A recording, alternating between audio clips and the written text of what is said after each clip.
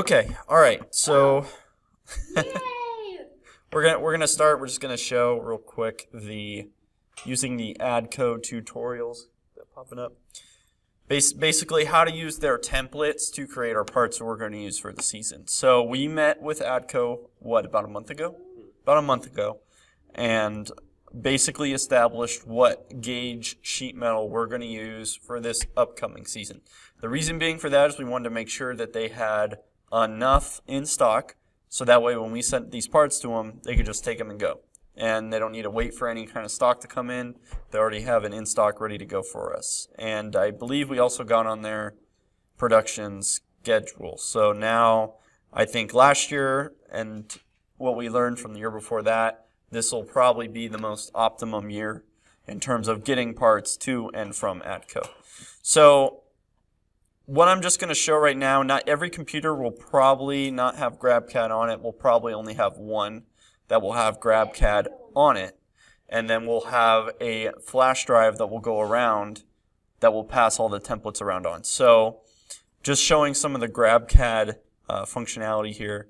The GrabCAD folder, we have a team folder, we have our own CAD design project. We kind of break it up by the different years. So 16 was obviously Stronghold, 17 was Steamworks, this year's going to be, was it Power Up? Is that the name? Power Up. So but the folder we're going to focus on is this one right here, 18 gauge templates. I pulled it out and pulled all the old templates that we were using and put them in one spot just because the majority of the parts we're going to have made from ADCO are going to be made on 18 gauge stainless steel. So if you open up that folder, these are the three parts we'll work on. The most common one that we'll use is going to be C.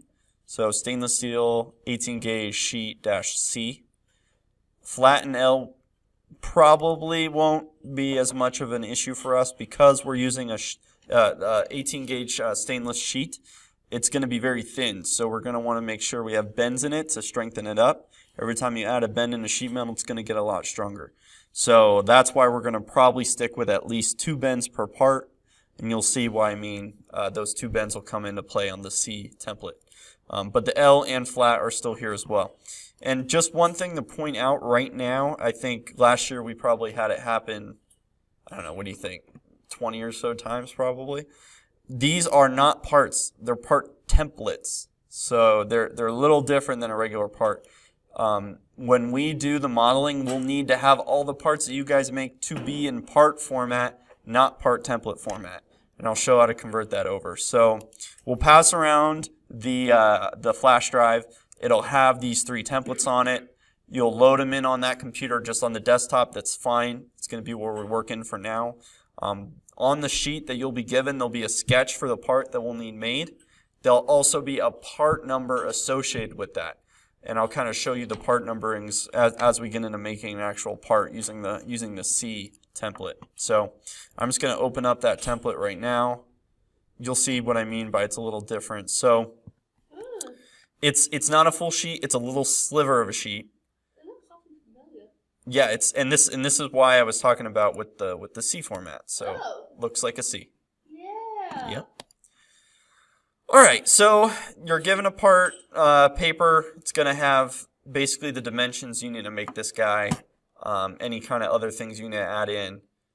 All will be on that paper, so that way you can model it based on that little hand-drawn drawing. And I'll be there. Daniel Heese will be there. We'll be able to help you guys out. If you have a question, need help modeling, we'll go around the room. We'll just kind of patrol, at least for the beginning, when we have no parts to assemble together. We're only going to be working on making new parts. So open up the C. It's the first thing you're going to do. C is the shape. So C is for cat. Yeah, for CAD. There you go. So this is the C shape. So you got your part. The next thing you'll do is you'll have a part number associated with it. So for the most part, it's been. Did you do any of this last year, Daniel Heese? Any of the part numbering? I think I still did it last year. So I'll probably still do the part numbering just because it's actually more of a pain now. We call it Fossil Record Parts 5817 UNI-REX. It's our part numbering book. This is what we've been using for the past years now. I'll probably just go ahead and make next year's. They have a guide on how to use it. We'll get you guys loaded in on this system. Right now there's only 4.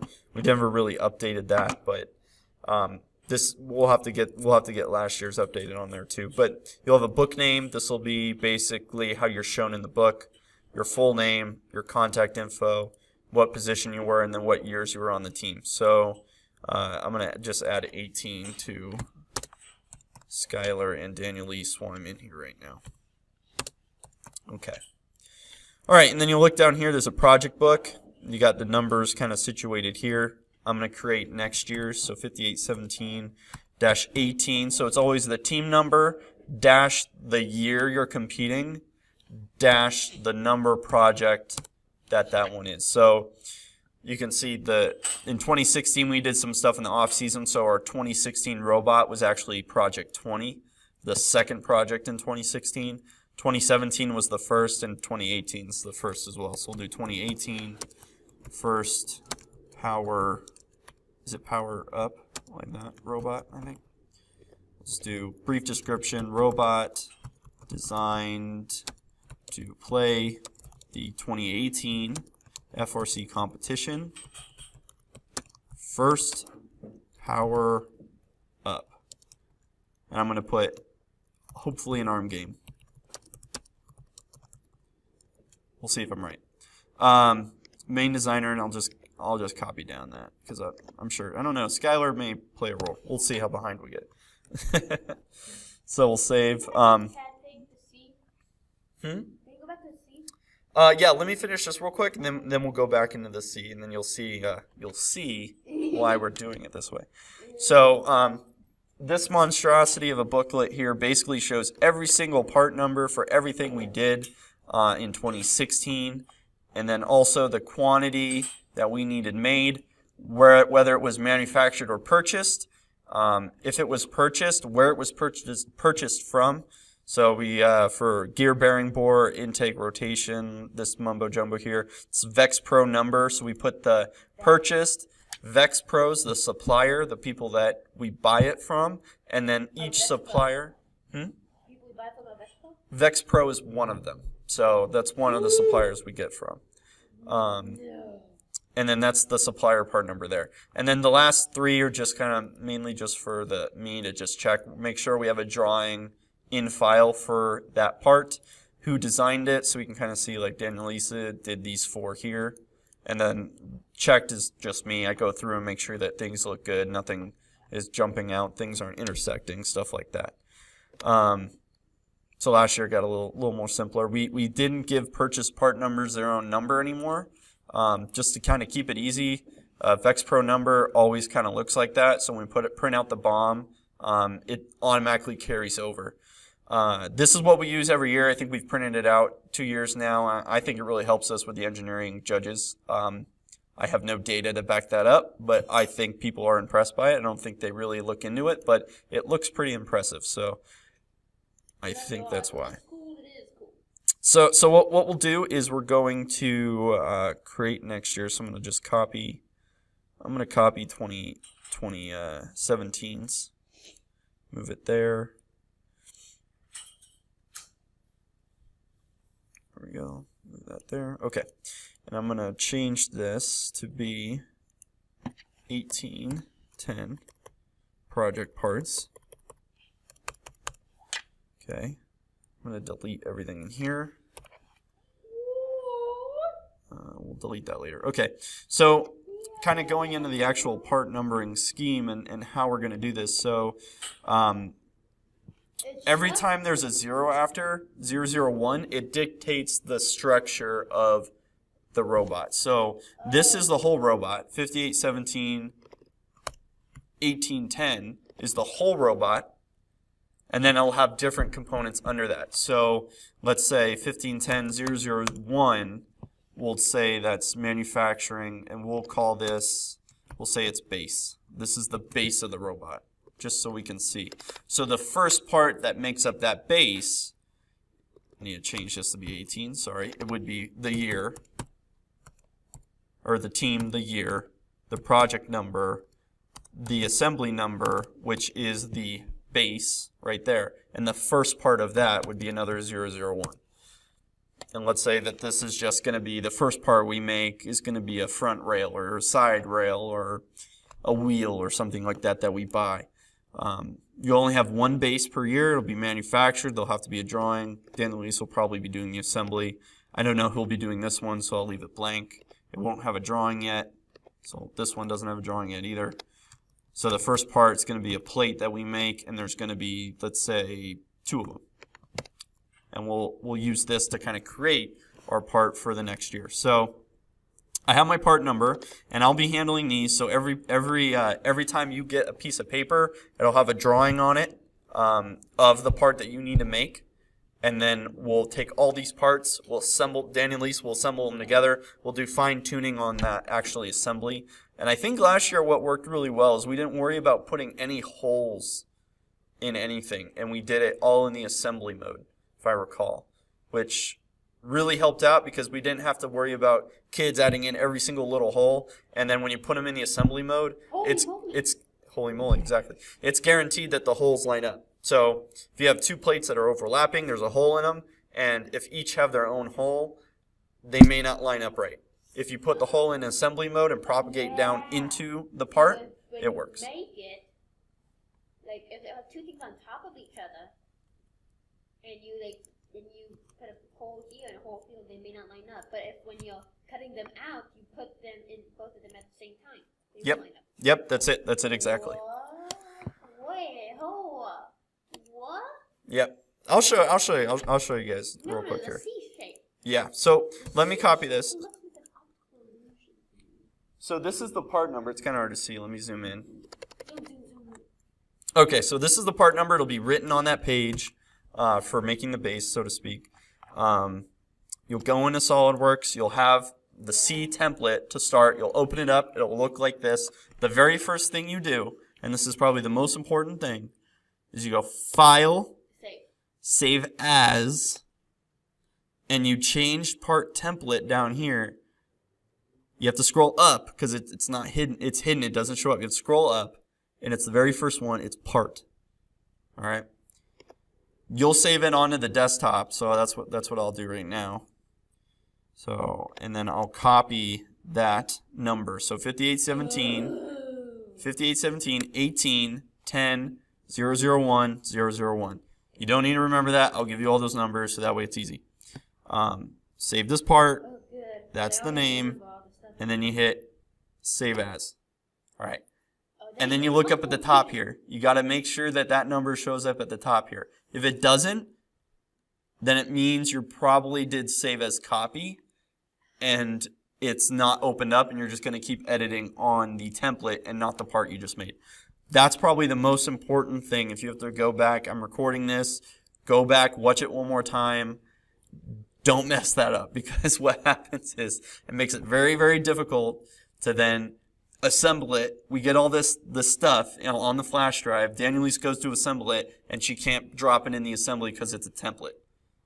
So then she has to go back to find out who made that part, go back, open up that part, and then save it out again, and then put it back on the flash drive, bring it back in, and then try it again. It's a very, very multi-step process that she doesn't want to do, and it's one of those things you never know until it's too late. So we're working. This isn't a part now.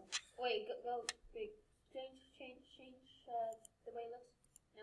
Like that? Wait, no, wait, you had it. There? Yeah, that's good. Okay. Because it looks weird. All right. Well, it's going to change in a second here, and I'll show you why. So let's say I gotta. Yeah. So look. It's pointing inwards. So let's go back so you can see this one more time. So in the C-shaped part, there's only a few things you can do on the feature tree on the left. One's the sheet metal statistics. You should never mess with those unless I tell you to. But don't mess with those because ADCO has made these templates to work with their press machines. So all their bend radiuses, all their minimum flange lengths are already set inside their sheet metal properties. And if we tweak that around, it's going to screw them up on the manufacturing floor. We really want to mess up. Which we don't want to do. So the one we're going to focus on is going to be base flange 1 on the feature tree. This is the main body of the part. they already have some annotations in here, so that way you can't mess up. Makes it pretty easy. So we're gonna go in, right click, edit sketch, and now we're in this kind of sketch mode. And you can see the the C shape. That's difficult to say. Sally sells she shells by the seashore. Okay. So you can see the C shape that's already here, but there's no thickness to it. It's like looking at paper. So yeah, so we're gonna go in, view orientation, click here, so that way you're looking straight at it, and you'll see there's some annotations here. There's a 1/2 inch minimum flange length on their flanges and a 2-inch minimum gooseneck that we try to fit into. They have some, so a gooseneck, basically if let's say, I'm just going to change this right now. So let's say this is 1 and this is 1, which is okay because I have a, oh, I'm sorry. I have a 1/2 inch minimum. I'm bigger than the 1/2 inch minimum, so I'm okay there. But let's say this is 0.5. See how it's kind of like this really sharp. This is so much shorter than the leg, making this part's really difficult because it requires special tooling to get this part. That's kind of what a gooseneck is. So we're not, because of the way it's shaped, the tool, it kind of looks like a goose. It's kind of hard to explain. Let me, oh crap, sorry. Let me undo that. So I'm just going to go back in. We're just going to change this to 6. So let's say you got a part, the height was 6. Actually, let's make the height a little bigger. Let's make it 8. The height's 8, and the leg is going to be 3. One leg is going to be 3, the other leg is going to be 2. No, normally we'll keep them the same, but it could be different. And one could be 2, one could be 3. And all this will be on the piece of paper you're given, so you won't be going in blind. To make the simple frame base. As we get more complicated in the mechanisms, these are going to get a lot harder. So some of the kids that are a little bit stronger in CAD from the years before, I might give them some of the harder parts. If you fail on it, don't be ashamed, don't feel bad, just let me know, I'm going to help you out. Because some of the parts I'm going to give you, they're going to be complicated. I guarantee you, if we get into some complex arm or forklift or something like that, it's gonna be a little different. So let's say you're given this. This is kind of the profile you're made to draw. Okay, you got that. But see how it still kind of looks like a little, I don't know, little thin plate. What you can go in and change is if you go in and edit feature in here. There's a direction 1. It's already hidden for some reason in 2017 here. But direction 1 is 1 inch. So basically, you're extruding this guy out from the mid plane, which is ADCO's default, but only 1 inch in width. So it's very, very narrow. Yeah, like that. So if I want to make this bigger, I can either just grab this arrow and lengthen it out. You can kind of get a little preview of what it's going to look like. What I'm going to do right now is just type in 26. 36 by 26 is a pretty average base dimension. However, that could change. You know, we could get in a kickoff. They give us one of the things like last year where you had to fit in certain bases. Which way is it pointing? It's pointing, it's kind of going this way. Here, let me grab the arrow and you can kind of see. See how it kind of... See how it goes that way? Kind of expands out. You'll see when I finish. The yellow is kind of hard to visualize the feature on. So I'm going to do 26. And this will also be on the drawing. So you'll have dimensions for this way, kind of looking as a C, and then looking from either the front or the top or both, and how long to make this part. So let's say this is going to be our front rail that we're going to mount things to. There's going to be looking at kind of the top. Let's say if this is the front rail. Sorry, I'm used to inventor there. Goodness. There's going to be a rail going this way, a rail going this way, this way, this way, and then one that runs across the top to kind of make a box. So what we're going to do is, since this is the front rail, we're going to need some kind of cutout let's say here and here and maybe in the middle. So just because you've gotten the ADCO template modified correctly, there could still be stuff that you need to do to this part after in order to make it into an actual part that we'll use on the robot. So that's when the SolidWorks training that hopefully most of you guys have gone through is gonna play a role. So in sheet metal, you don't have a lot of tools to work with that you're probably used to, but you still have access to all those other tools that you learned. They're just in a different tab. So sheet metal will give you sheet metal features. The stuff we'll work on is going to be in the features tab. So we're just going to do a cutout. I'm going to work on here. So from the side it looks like this. Yes, yeah. So I'm going to do Control 8, and it's going to put me normal to that view. Let's say I'm just going to do a couple really simple rectangles here just to show a possible cutout, and then I'm going to show you a kind of quick trick. So I'm just going to make these lines. I'm clicking and holding Control, so that way I get the relations command between these two lines, hitting collinear. That way these lines are all in the same line, essentially, so to speak. And then I'm going to make these, if you kind of click and drag, you can kind of see what they're looking like now. They're kind of even. I'm going to do some dimensioning here on this guy. So I'm going to make that, say, 1 inch on each of these. And then I'm going to give it a depth of 1.5 inches. And then a distance gap between the two of, let's say, 5 inches. And then, so click and drag, you can see the only thing I still have remaining is this kind of last segment right here. Nothing's defining the way this cutout ends. So what I'll do is, oh, I'm sorry. Did that a little bit too early. So I'm going to go in, edit sketch. I'm going to click that point, hold Control, click the red origin mark here. Brings up my relations, and I'm going to do horizontal. So now they're on the same line. So I'm going to complete that. It only took it out of this top section here. Because it can't take it out on the bottom. Yep, so what I'm going to do is go into Edit Feature, change Blind to Through All. It'll carry it all the way through. Now I have my cutout on both. Now it looks more like a So right? if you can imagine, let me go back in here real quick. Imagine looking back. If I'm going to have a rail that mounts kind of on the inside here with a little gap, another rail that mounts on the inside here, I need those same ones on the other side, but I don't want to have to do all that modeling twice. So can you like set symmetry? Yep. So that's essentially what I'm going to do. So I'm gonna click on that cut extrude that I just did. I'm going to hit mirror. For my face plane, I'm just going to zoom in and kind of pick this little narrow piece right here. Give me a little preview. It's basically going to mirror that function across whatever's remaining, that little sliver right here, and duplicate it. Wait, there's something there? I don't see anything. Well, now it's gone because I got rid of it. So now it looks like a... So now it's kind of like a front plate.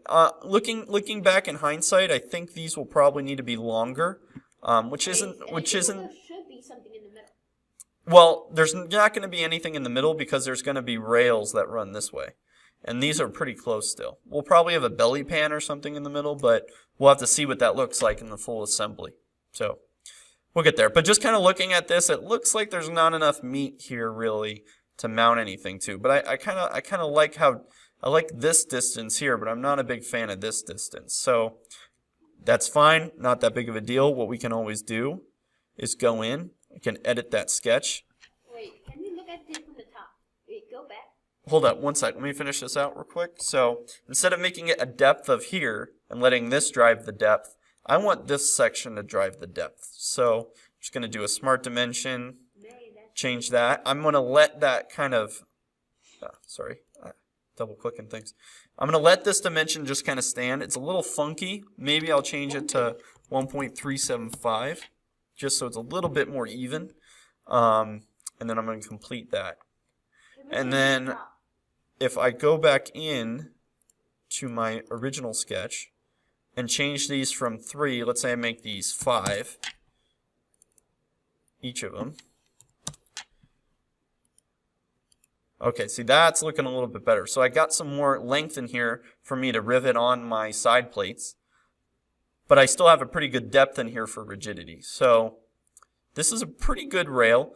I'll probably sketch some stuff out to be simple in the beginning, and then I'll walk around the room. Dan and Lisa will walk around the room. If she sees something that, thinks needs a little tweak, she'll kind of tell you about it. Sometimes I'll draw it and I'll be wrong about something, and I'll look at it and be like, okay, yeah, you're right. What needs to be changed? And we'll change it right there on the spot. Because I'm just guessing on a lot of it when I draw initially to get a lot of parts done quickly. We bring it in, and then that's when we do the final modifications, or where Daniel Lisa is going to do the final modifications. Look at it from the top. From this way? No, the other way. That way? Go up. That way? And then scroll to that. No, the other way. This way. That way. I feel like an optometrist. 1 or 2? 1 or 2? Neither. Move this down here. Like that? Yeah, like that. Okay. Okay, that's odd. So you can't see it from this side, and it still looks the exact same. Yeah, but you can kind of see there's a line here. That's that finger. Oh, finger. Yeah. So like I said, we're not going to add in any holes just to kind of keep it easy. But the one thing we need to add in, is corner breaks or fillets. And the reason being for that is the manufacturing people would absolutely hate this part because all these freaking jagged corners, as they run their hand across the robot, next thing you know, someone's gashed open an arm, they're bleeding everywhere. Our safety person, probably Genesis, is freaking out. Everyone's screaming, running for the hills, someone's bleeding out on the floor. It's very important. So there's kind of a quick tool to use. It's in the sheet metal tool. So sheet metal, corners, break corner / corner trim. I think it defaults to the trim. No, it defaults to the chamfer. So you're going to want to change this to fillet. You can click that plate. It'll automatically grab every single instance of sharp point and fillet it out. And you can do it on multiple faces, I'm pretty sure. At least you used to. Yeah. Exactly. But I'll show you why it doesn't do that, because break corners just get rid of the sharp sections. That could hurt you. Like this section in here, you won't really hurt yourself. Because it's not poking out. So unless you want to hurt yourself. Yeah, the default corner break that we used last year was 1/4 inch. I like that. It's the default, which makes it even easier. So we're gonna leave it at that. So 1/4 inch here, green check. You can see those are nice and that's so satisfying.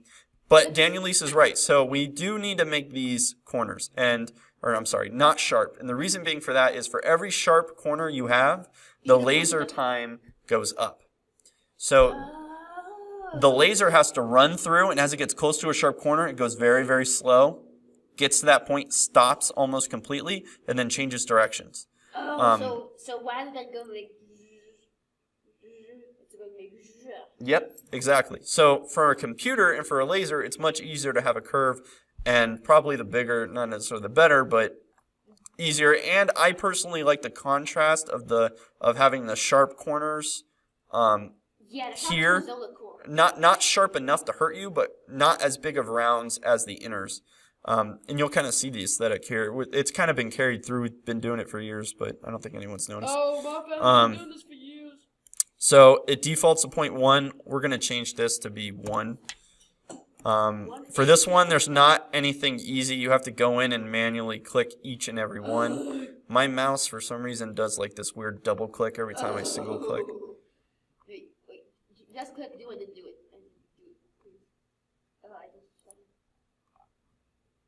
So I'm going to go in, just do these real quick. See what I mean? It like double clicks every single time. Why don't you zoom in more? Yeah, it doesn't matter zooming in. It doesn't matter. It's my mouse. It happens in Inventor too. It's not the mouse pad. It's my left click. Every time I left click, it thinks I'm double clicking sometimes, and then that must be so annoying. Yeah. Well, I don't. This is my work computer, so I don't get to No, play video if. games on it. That's why I said if. So going I'm in, gonna shoot one shot. I don't want to double shoot. finishing That doesn't these. fire that fast. They should make an auto setting for this. I wish they did. Okay. All right. So it gives you a preview of all Ready? those. Wait, go in. Oh, so satisfying. It is satisfying. Okay.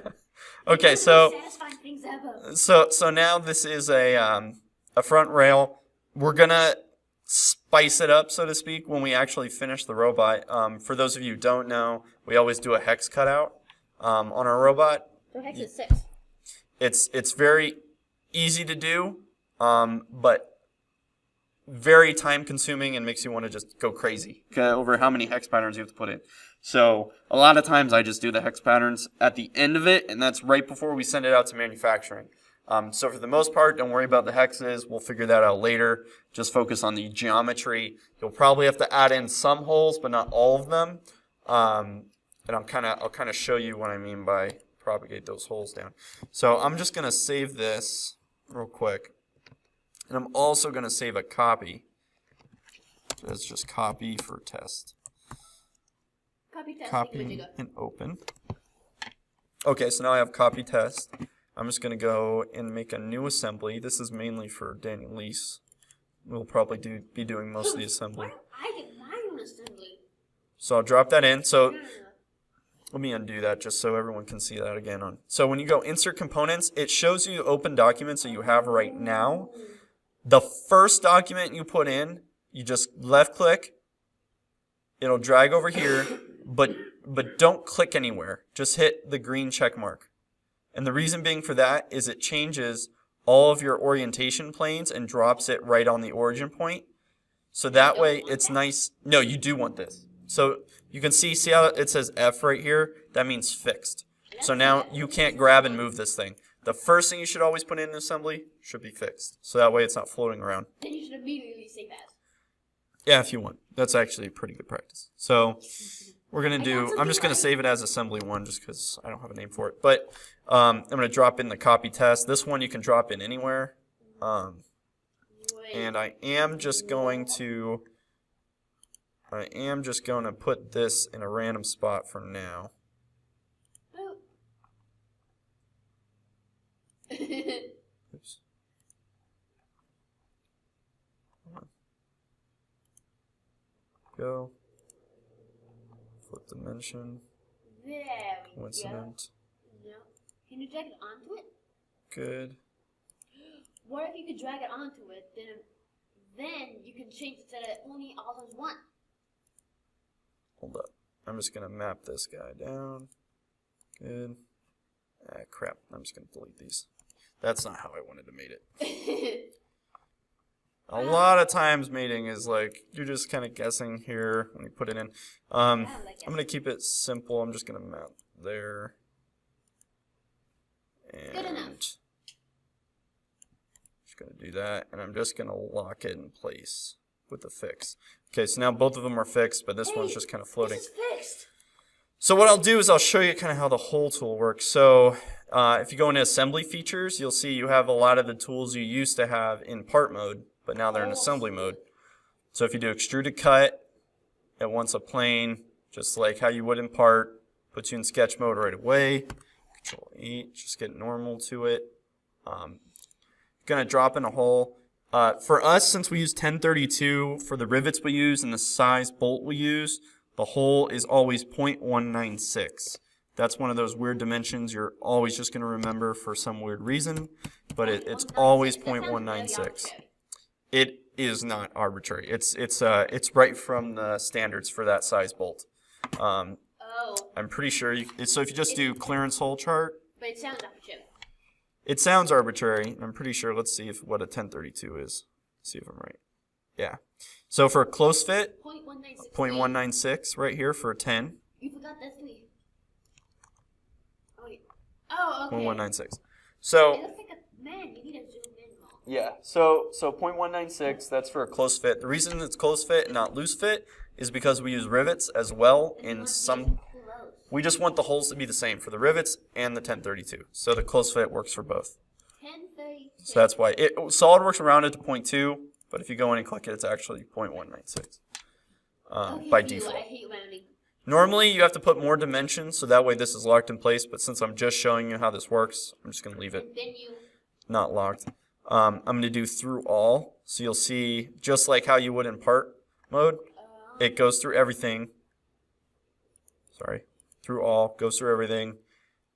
You have to check this box here, propagate features to parts. Get rid of auto select because sometimes it's wrong, and just manually click the parts. So basically what this does, it says, okay, you've made a hole in assembly mode. It's in some location here.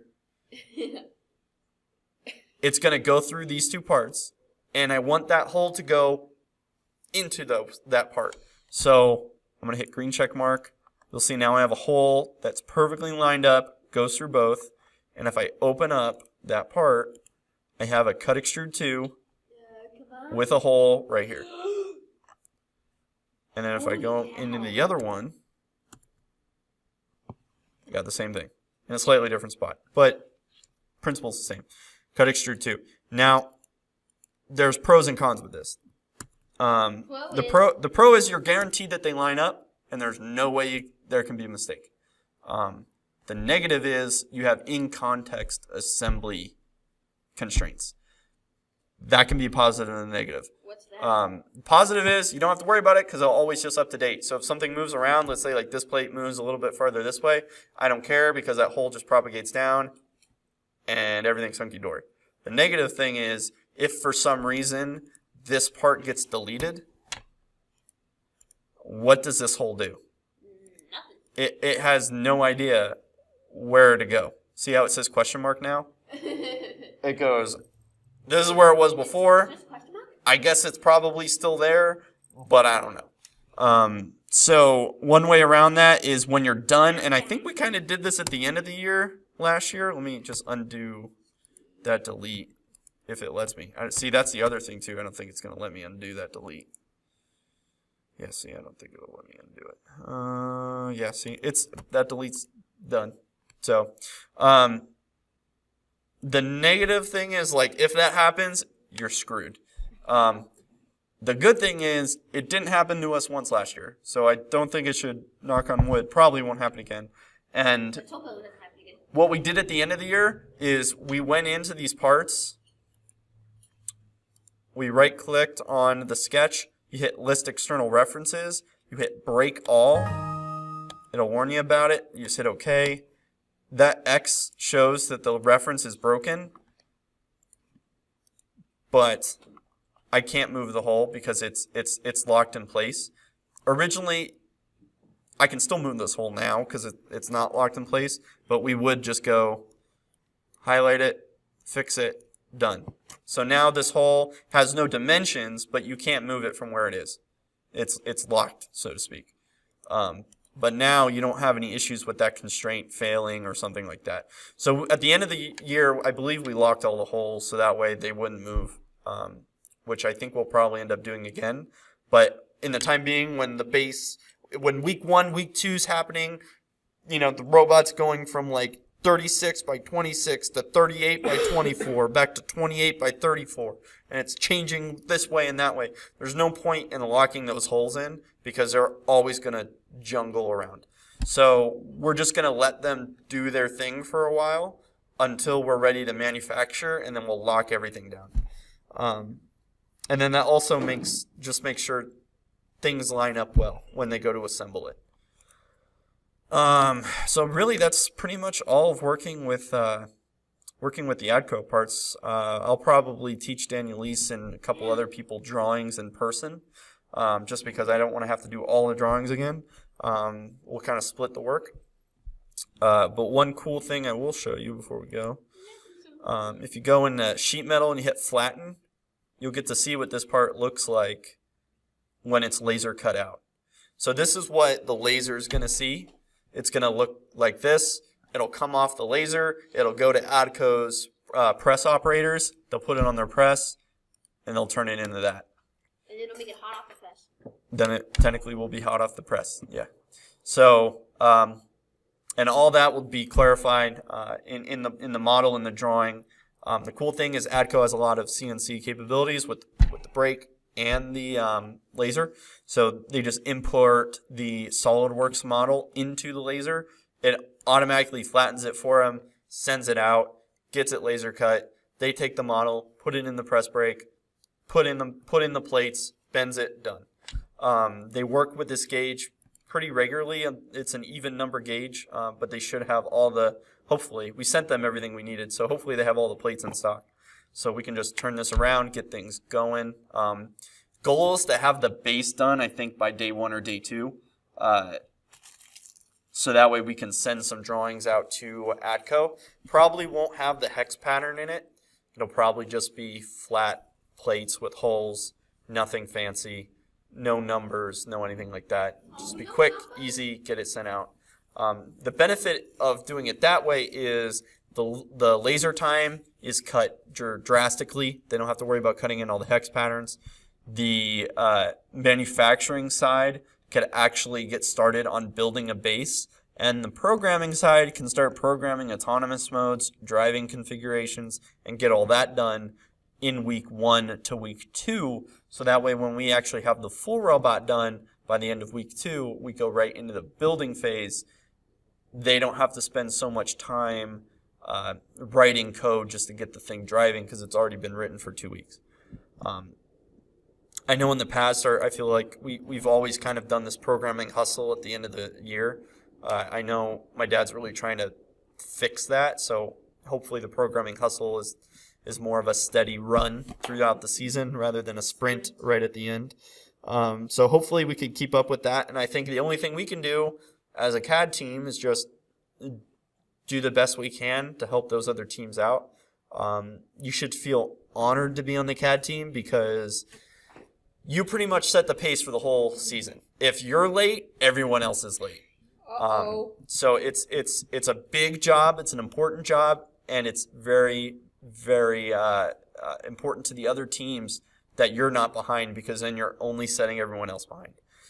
So we're going to do our best. I think last year we hit the 2-week mark. We had some hiccups in manufacturing. It seems like we got those hiccups fixed. So hopefully, this year we don't hit those, knock on wood, and we can get a base out. There's a really good chance we could have a full robot done by the end of week 3, start of week 4, be driving. That would be tremendous on so many levels. So let's just keep in mind we're just going to keep it simple this year. We're going to keep things simple from a modeling phase. We're going to keep things simple from a drive-based phase, and we're going to spend a whole lot more time making good, simple mechanisms to actually score points. I feel like in the past couple of years we've had really great drive bases that have been some of the best in FRC history, in my opinion. But having a stainless steel base on top of swerve, it really limits what you can do with the rest of the robot because your weight is, you got 20 pounds probably, if that. So, maybe this year, depending on what the game is, we can spend more time doing those simple mechanisms, make some mechanisms that look cool, perform well, and score some points. Good. Cool. Brad, what was that? Yep. And do you guys have any questions or? No?